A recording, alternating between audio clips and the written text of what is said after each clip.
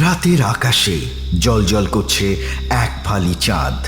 তার রূপলি আলো যেন ধুয়ে দিচ্ছে চারপাশের অন্ধকারকে। তবুও সেই আলো স্পষ্ট হয়ে উঠেছে এক অস্বস্তিকর দৃশ্য।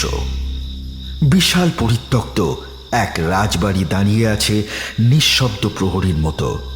ভাঙা বারান্দা, মরচে পড়া লোহার রেলিং, জানালার কাঁচহীন ফ্রেম, সব মিলিয়ে যেন মৃত এক অতীতের দেহাবশেষ। রাজবাড়ির পেছনে কিছুটা দূরে শ্মশানঘাট, অর্ধদগ্ধ কাঠের গন্ধ এখনো বাতাসে ভাসছে। হালকা কুয়াশা নদীর জল ছুঁয়ে ধীরে ধীরে উঠে এসে চারপাশ ঢেকে দিচ্ছে। শ্মশানঘাটের ধারে আগুনের ছায়ের পাশে বসে আছে কয়েকজন স্থানীয় মানুষ। তারা নিচু গলায় গল্প করছে। রাজবাড়ির মূল ফটকের দিক থেকে ভেসে এলো লোহার গেটের কোঁকিয়ে ওঠার শব্দ। একজন ফিসফিস করে বলল, এই সময় ওদিক থেকে শব্দ এলো নাকি? আর একজন বলল, ওসব কিছু নয়, এই দরজার হাওয়া নড়ছে। তারপর তারা দেখল রাজবাড়ির অন্ধকার দরজা পেরিয়ে ধীরে ধীরে বেরিয়ে আসছে এক নারী মূর্তি। সাদা শাড়ি তার শরীরে জড়িয়ে আছে, কাপড়টা যেন অস্বাভাবিকভাবে স্থির। বাতাস না থাকলেও এক অদ্ভুত ছন্দে দুলছে। মাথার ঘোমটাটা এতটাই নিচে টানা যে মুখ একেবারে দেখা যাচ্ছে না। ধীরে ধীরে সেই মূর্তি তাদের দিকেই এগিয়ে আসছে। কে কে ওখানে? মহিলা থামল না। তার চলার ভঙ্গিতে ছিল এক অস্বাভাবিক স্থিরতা, যেন সে হাঁটছে না, ভেসে আসছে হাওয়ায়।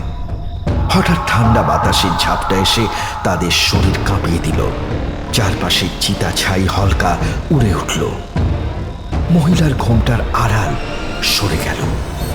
ঘোমটার নিচে কোনো মুখ নেই, ছিল শুধু এক গভীর কালো শূন্যতা, যেন সেই মুখের জায়গায় অতল গহর। সেই অন্ধকারের ভেতর থেকে ভেসে এলো ভাঙা শুষ্ক এক হাসি। পর মুহূর্তে তার দেহটা কুয়াশার মতো ঝাপসা হয়ে গেল, তারপর মিলিয়ে গেল বাতাসে। শ্মশান ঘাটে পড়ে রইল শুধু নিস্তব্ধতা। আর সেই নিস্তব্ধতার মধ্যেই সবাই বুঝে গেল, রাজবাড়ির থেকে যে সাদা শাড়ির মহিলা বেরিয়ে এসেছিল সে কোনো মানুষ ছিল না, সে ছিল এক অতৃপ্ত আত্মা।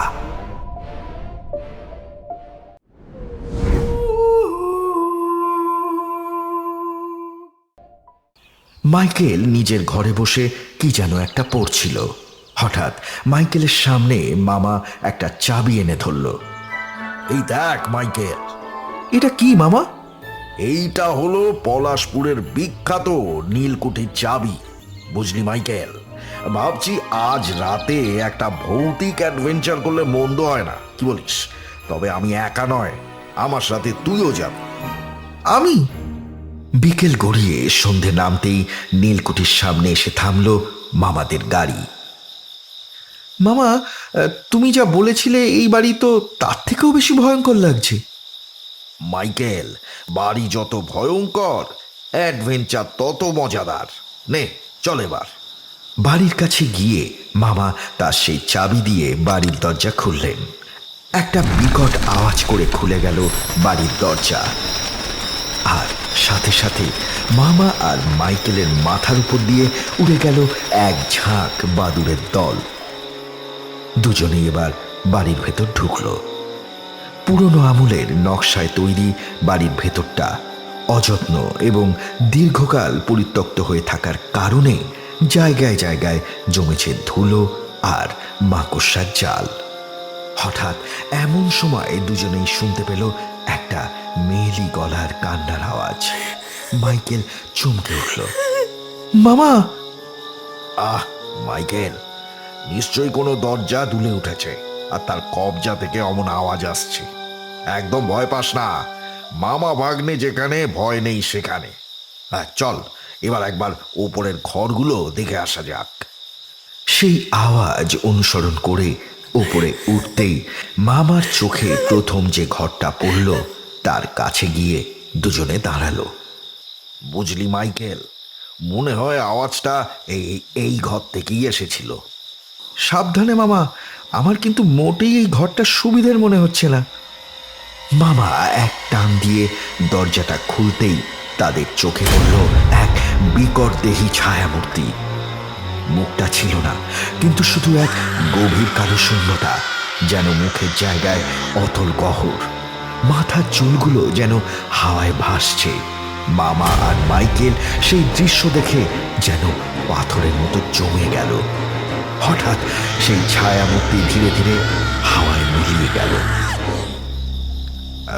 ভয় পাস না মাইকেল, অন্ধকারে কি দেখতে যে কি দেখেছি, আমার চোখের ভুল ছাড়া আর এসব কিছুই নয়। চল একবার বরঞ্চ ভেতরটা ঢুকে দেখি।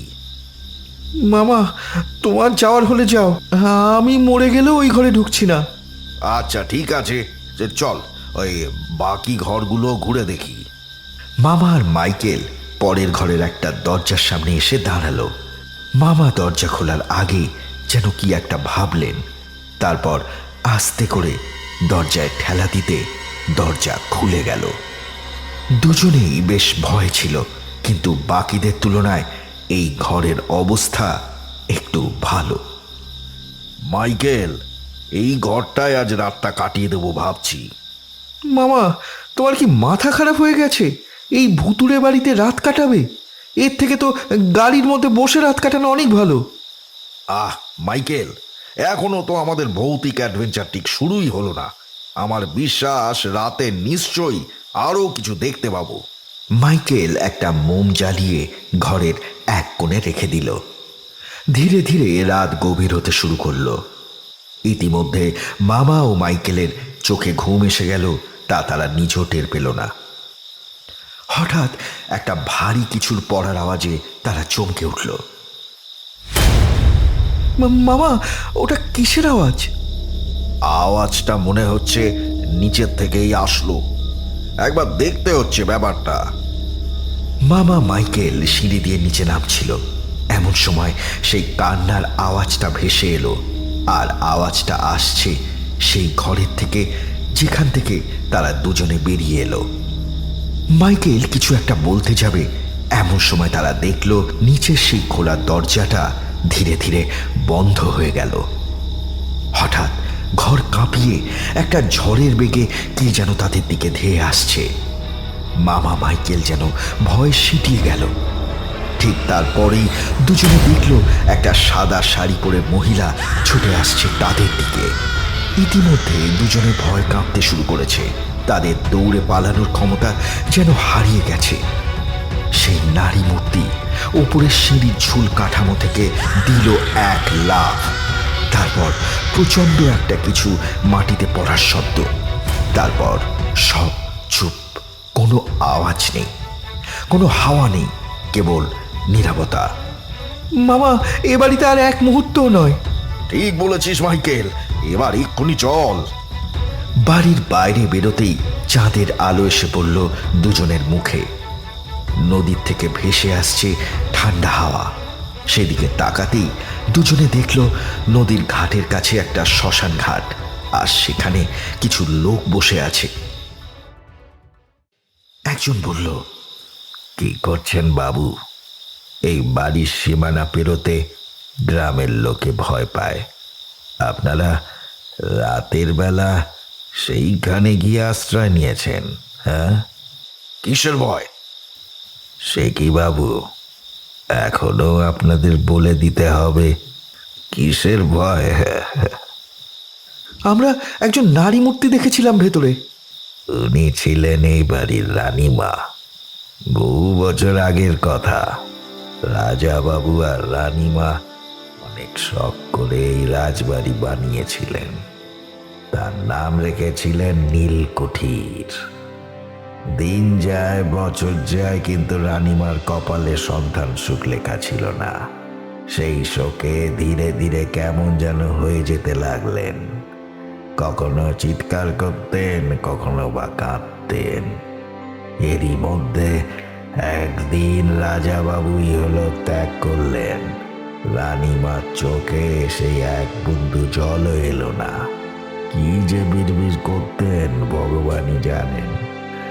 চাকর বাকররা বলতো তিনি নিজের মনের মধ্যে নিজের সন্তানের প্রতিচ্ছবি তৈরি করে নিয়েছিলেন এবং তার সাথেই তিনি সারাদিন কথা বলতেন, খেলতেন। একদিন হঠাৎ রানী নাকি শুরু করলেন চিৎকার। তিনি তার সন্তানকে খুঁজে পাচ্ছেন না নাকি। চাকররাই বা কি করে? রানীমার জন্য তারা মিছিমিছি খোঁজার ভান করতে লাগলো। এমন সময় হঠাৎ একটা চিৎকার শোনা যায়, আর তার সাথে একটা কিছু মাটির উপর পড়ার আওয়াজ। চাকররা এসে দেখে রানীমা নিচে পড়ে আছেন, আর তার চারিদিকে ভেসে যাচ্ছে রক্তে। হয়তো উনি ওপর থেকে লাফ দিয়ে আত্মহত্যা করেছেন। তারপর বেশ কিছুদিন ঠিকই ছিল। তারপর থেকেই গ্রামের লোকেরা প্রত্যেক রাতে রানীমাকে দেখতে পেত, আর তার সাথে সেই কান্নার আওয়াজ। বুঝলি মাইকেল, আজ আমি বুঝলাম ভূত প্রেত আত্মা এদের নিয়ে ভয় পাই, ঠাট্টা তামাশা করি, কিন্তু এদের পেছনেও লুকিয়ে থাকে এমন এক বেদনাময় অতীত, আর যেটা কিনা আমরা কখনো ভেবে দেখি না। ঠিক বলেছ মামা। ঈশ্বর রানীমায়ের আত্মার শান্তি দিক।